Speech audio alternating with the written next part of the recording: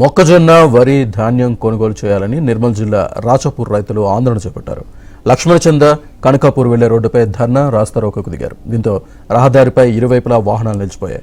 విషయం తెలుసుకున్న రెవెన్యూ సిబ్బంది పోలీసులు సంఘటనా స్థలానికి చేరుకుని రైతులకు నచ్చజెప్పి ప్రయత్నం చేయగా కలెక్టర్ వచ్చి స్పష్టమైన హామీ ఇచ్చేంత వరకు ధర్నా విరమించబోమని బైఠాయించారు. ఇప్పటివరకు మొక్కజొన్న వరి ధాన్యాన్ని కొనుగోలు చేయలేదని ఆవేదన వ్యక్తం చేశారు.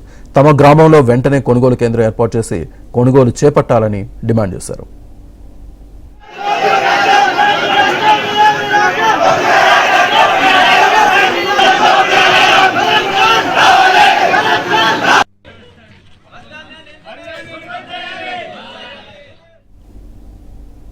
మొక్కజొన్న వరి ధాన్యం కొనుగోలు చేయాలని నిర్మల్ జిల్లా రాచపూర్ రైతులు ఆందోళన చేపట్టారు.